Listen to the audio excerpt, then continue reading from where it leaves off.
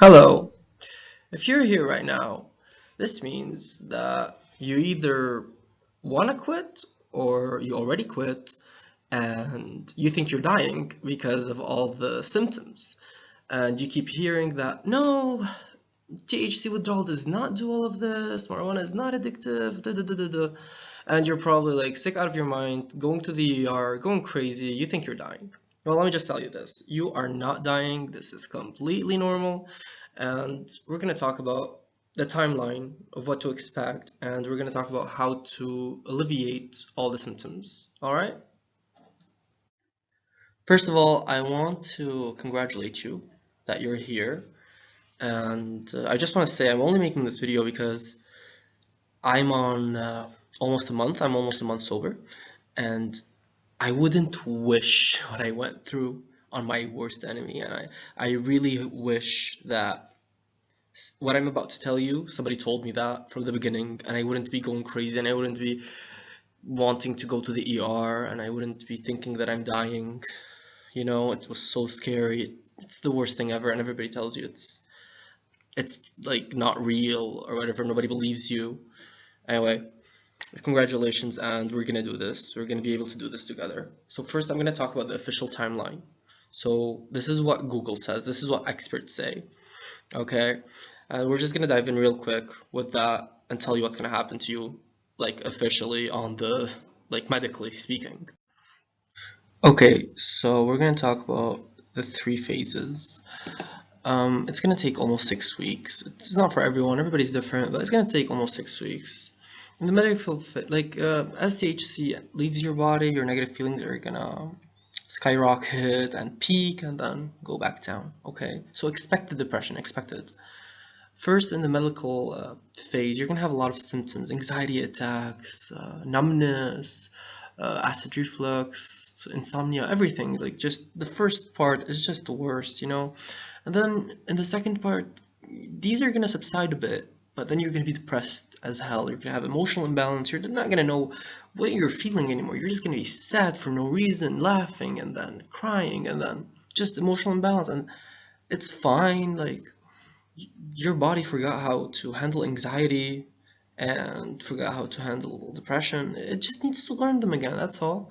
And then in the third part, you just need to learn how to accept anxiety and how to accept bad feelings because you've been using weed for that, and now you just need to train your brain again.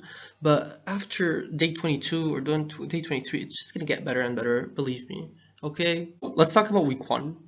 In week one, well, like we're gonna talk about this all in a lot of details later, and we're gonna talk about how to alleviate each symptom, okay? But first, let's just talk about what to expect, you know? You're gonna have insomnia, and you're gonna be irritable for sure. You're not gonna be able to focus, your anxiety attacks will go crazy, and we're gonna talk about that later. You're going to be restless, jumping up and down. You have so much energy. Tremors, headaches, weight loss, cramps, nausea, loss of appetite, chills, sweating. Oh, yeah, the sweating, the night sweats. Oof. We'll talk about that later. And the cravings. Yeah. So in week two, you're going to have mild depression because now it's going to start, you know. The cravings, of course. You're going to be irritable. That's a constant one right here. You're gonna have mood swings, lack of concentration. Oof, that's the hard one. Loss of appetite, insomnia, and aggression. In week three, expect to cough a lot if you smoke because that's your lungs healing themselves. Insomnia, of course. Anxiety, mild depression. This is your peak. This is where you really you go crazy. Like you laugh, you cry, out of control emotions. Okay, okay. Week four. Now, this is not for everyone. Usually, like for not most people, I'm not gonna say most people, I don't know the statistics, but for non-chronic users, I guess, it just gets better from here. You'll just feel normal, everything will get better, you know? But a lot of people will get PAWS, post-acute withdrawal syndrome, where they're gonna have memory problems, irritability, mild depression, cravings, and lack of motivation, and that can last for months. Like some people Like they only feel them like themselves after 3 months, 6 months, even like sometimes if you smoked for decades, it might take a year, but it gets better. Like every day is better than the one before for sure. So you got that to look forward to. Okay, so I'm gonna talk about my personal timeline and what happened, okay? And like it's scary, but after that I'm gonna talk about how I beat it, how I beat each symptom, okay? And it worked. It really worked. Okay, so week one. Okay, first of all, it started with the anxiety attacks. Triggerless anxiety attacks. I would be just sitting or whatever, and then what the hell is happening to me? I can't breathe. Like I'm just going crazy, and I've never had an anxiety attack, so this is scary. I had too much energy. Like I would be trying to watch something, and then I jump up and down. Like I have energy. Come on, like I need to move. Insomnia. Yeah, you don't expect to sleep. Heart palpitations, your heart is just gonna go crazy. You are not having a heart attack, okay? You are not having a heart attack. You're gonna have shortness of breath. And just for the asthma people, just so you know, if you're having an asthma attack, when you exhale, it's very hard. But when you're having shortness of breath because of anxiety, when you inhale, it's tough, okay? So this is how you know which is which. And oh, okay, like heart attacks feel a lot like anxiety attacks, but the difference is that during a heart attack, if you move and walk, it gets worse. But during an anxiety attack, if you move and walk, it gets better. Okay, this is how you know it's not a heart attack, even though it feels exactly like one. You get numb, everything, whatever. So you're gonna have numbness in arms and feet. I had that. Oh my god. It just feels tingly, and then I go crazy. Like, am I having a heart attack? Am I having a stroke? Is there a brain tumor inside of me? The heartburn, acid reflux. That son of the heartburn thing. Like, okay, so anxiety upsets your stomach, and then your stomach will go crazy. You know what's gonna happen? There's like a little valve that is irreversible and keeps the acid inside. But anxiety will upset it, and the acid will go to your lungs and make you not breathe well, and it'll feel like a heart attack. And the thing is, nobody suspects it's a heartburn, you know. But we're gonna talk about that. You're gonna have light dizziness. It's gonna start later. It's gonna be so much more horrible. You're gonna be irritable. A lot of people would quit weed, but they don't quit cigarettes. So that helps them to calm down. Well, I did it cold turkey though. Both of them, I quit cigarettes and that at the same time, and weed. Muscle aches. You know what's really hard? Like your chest pains and your back pains or whatever. You're gonna feel like it's a heart attack and your heart is hurting, but it's not. It's actually the chest pain. It's muscle aches. Your whole body's gonna feel weird, like it's hurting, you know? And you're gonna have cold-like symptoms, like you have a cold. But like check your temperature. You don't have a fever. I check my temperature all the time. It's always between 36 and 37. It's amazing. And like I always wanted to go to the ER the first week. The first week was hell. I wanted to go to the ER constantly. I went for a checkup for my heart and my blood, and everything was normal. I went to an ENT doctor, ear, throat, nose doctor. Everything was perfect. So nothing's wrong with you. Trust me. Save your money. Now, week two was a little better. The triggerless anxiety attacks were less because, like, you know, you can have anxiety from something bad happening, but it's triggerless. Like the first week was triggerless, and now it's like less. There's gonna be mood swings because the depression is gonna start coming. Energy swings where sometimes you feel very energetic, sometimes you feel very lethargic. You don't want to move. Numbness when sleeping, and we're gonna talk about how to get rid of that. You're gonna feel paralyzed, but you're not. This is what happened to me personally. I felt like, oh my god, are these even my arms? Like, it felt so dissociated from reality. Like, can I move them? You know, but I did move them. I'm not paralyzed. Um, some insomnia. The insomnia will get better. Your dizziness and lightheadedness is gonna get more. I call it the brain fog, and you can look it up. It's a real thing. The brain fog. We're gonna talk about it later. Headaches are gonna come. Okay. Some uncontrolled depression, like out of nowhere, you're gonna feel sad. Your eyes and ears, oh my god. I remember I was watching an episode and I couldn't like go through it because my eyes were hurting so much. Like they're super sensitive. You know what eye strain is? That's when your eyes start hurting just because you're on your phone or something, you know? Or you're using your eyes too much. Okay, and my ears, oh my god, there was throbbing in my ears, like Like they're just, like I'm so sensitive to sound. I could hear a car 5 miles away. Muscle aches are gonna stay, and cold-like symptoms. I also like had that till week 2. Now, week 3, the anxiety stopped. It only happened when it was triggered. Depression hit like a son of a bitch.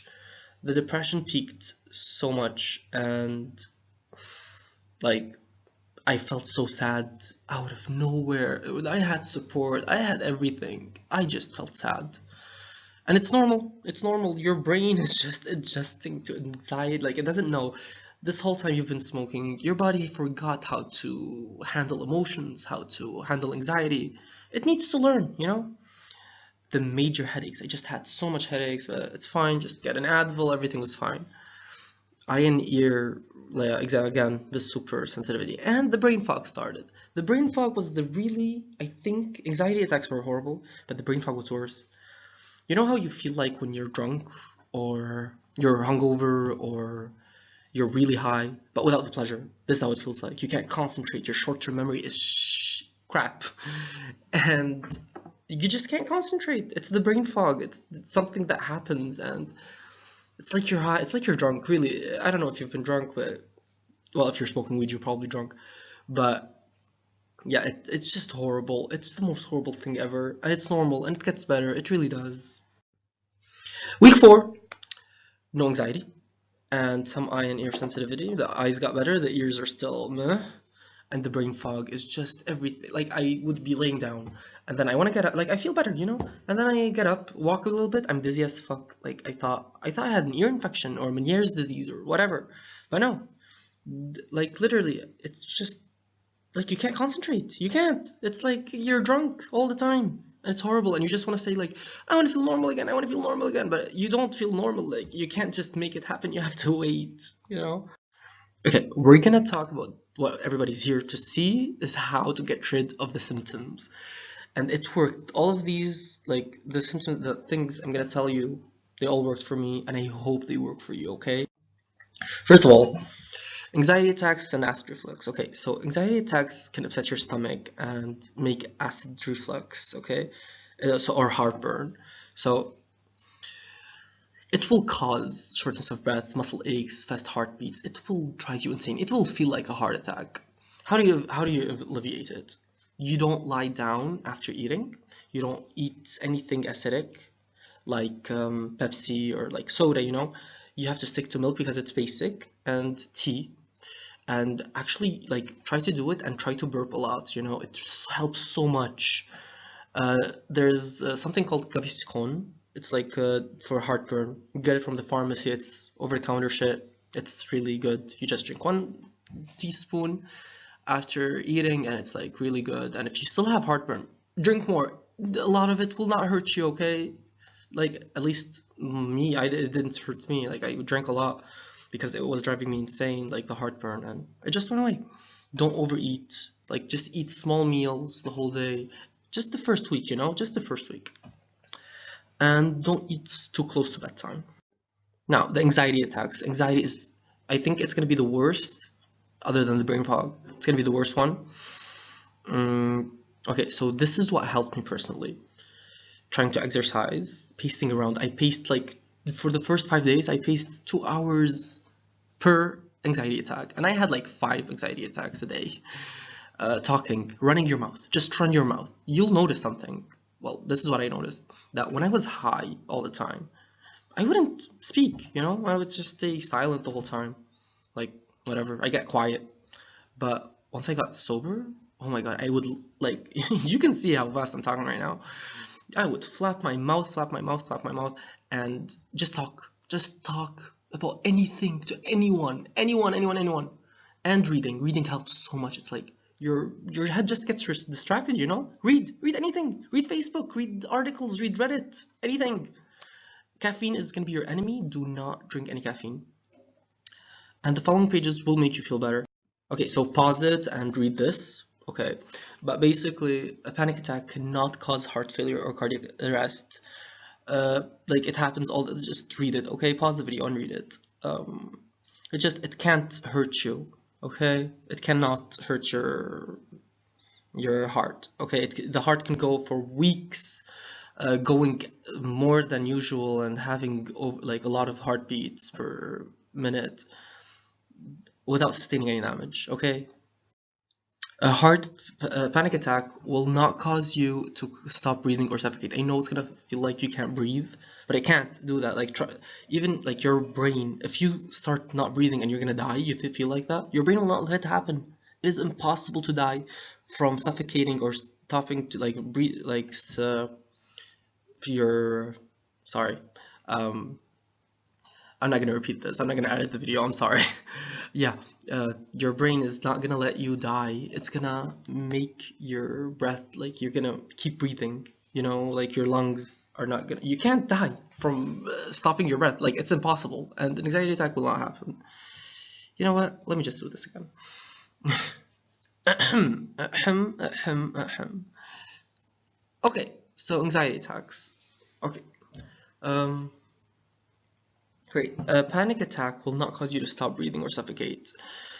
It is common during panic to feel chest close and you can't breathe anymore, but you're not going to suffocate. Under stress, your neck and chest muscles are tightening and reducing your respiratory capacity. Be assured there is nothing to worry in your breathing passage or lungs.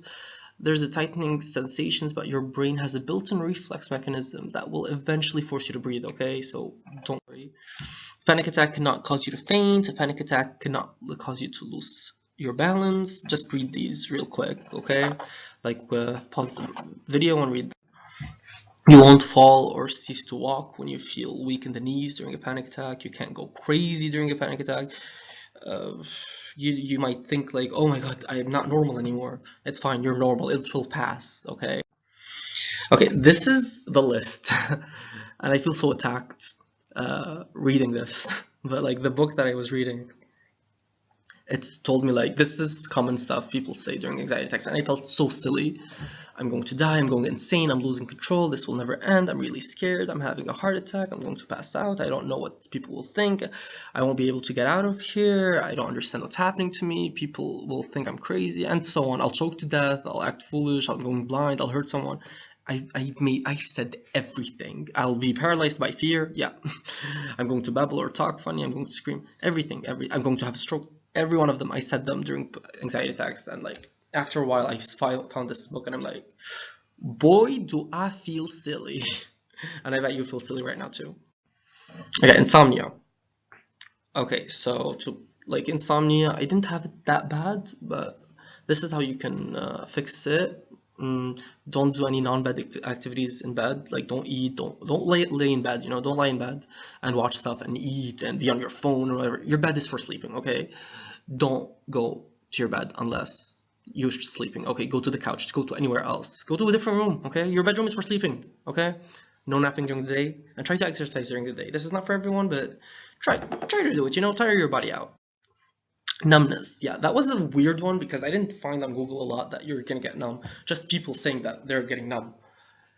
Okay, your blood is like not okay right now, and you need more blood cells, red blood cells, to carry oxygen and shit.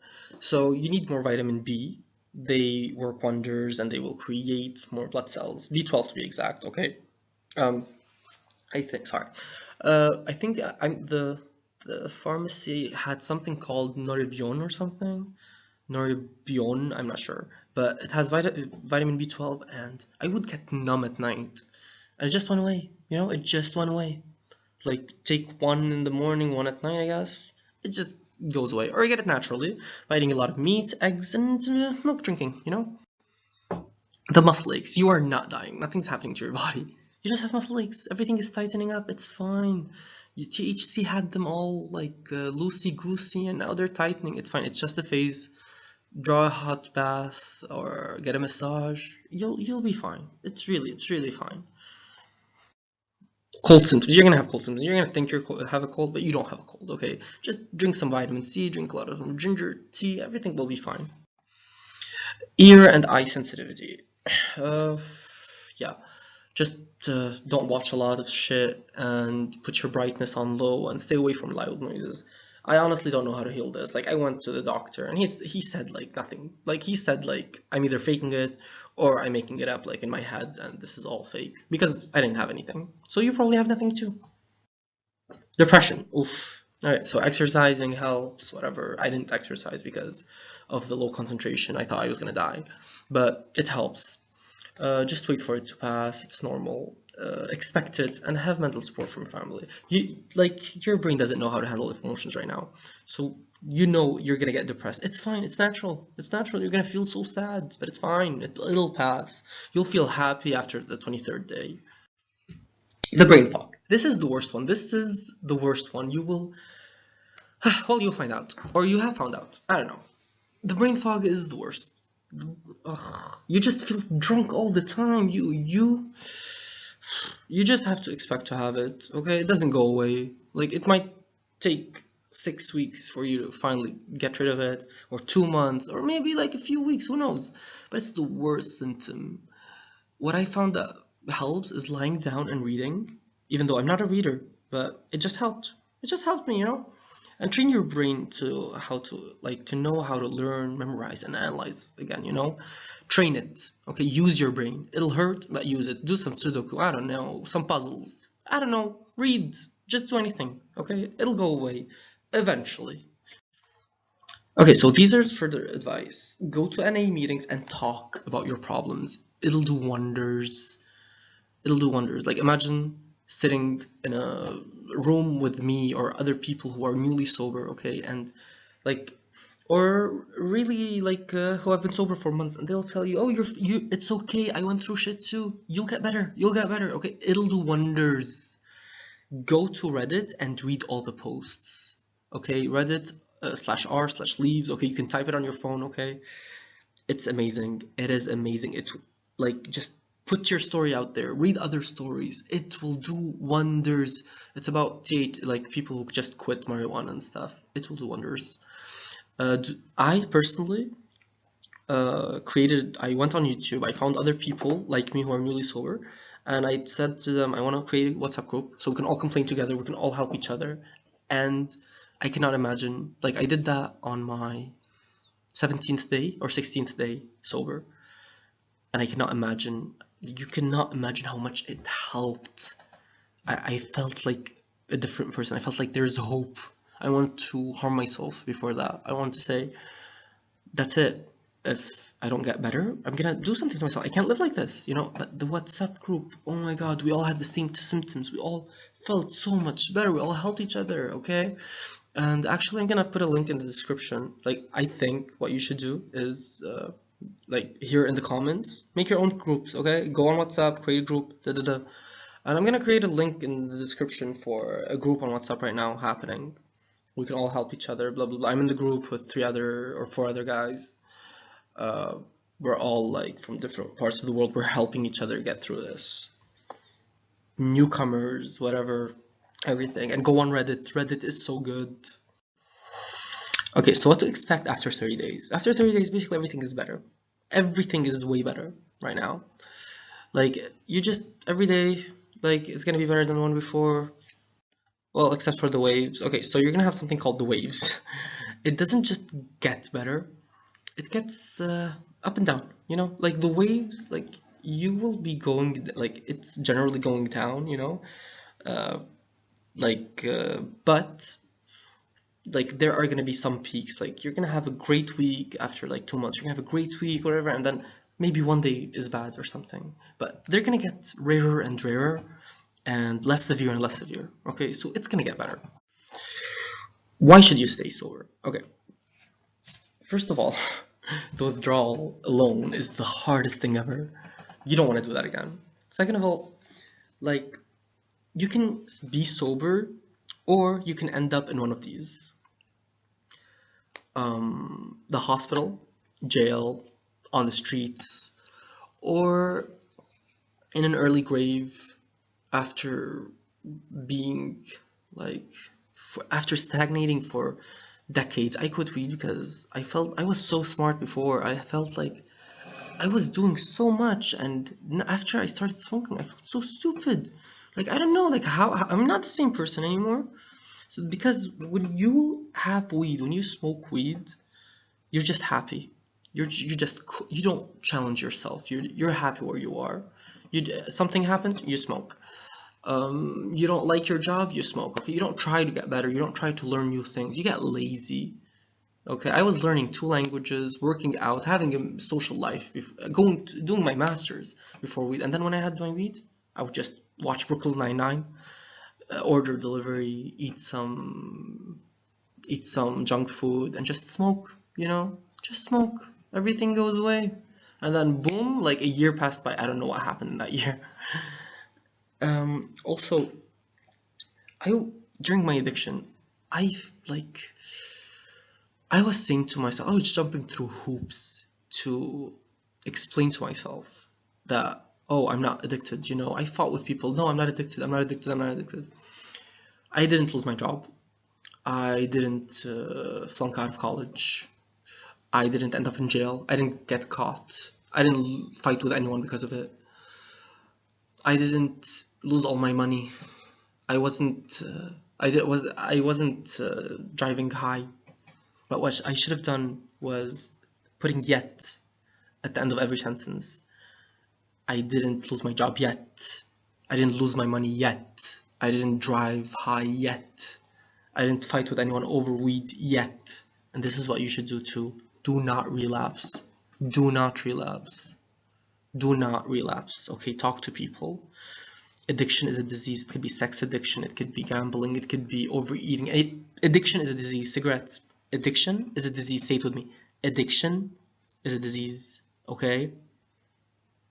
Addiction is a disease.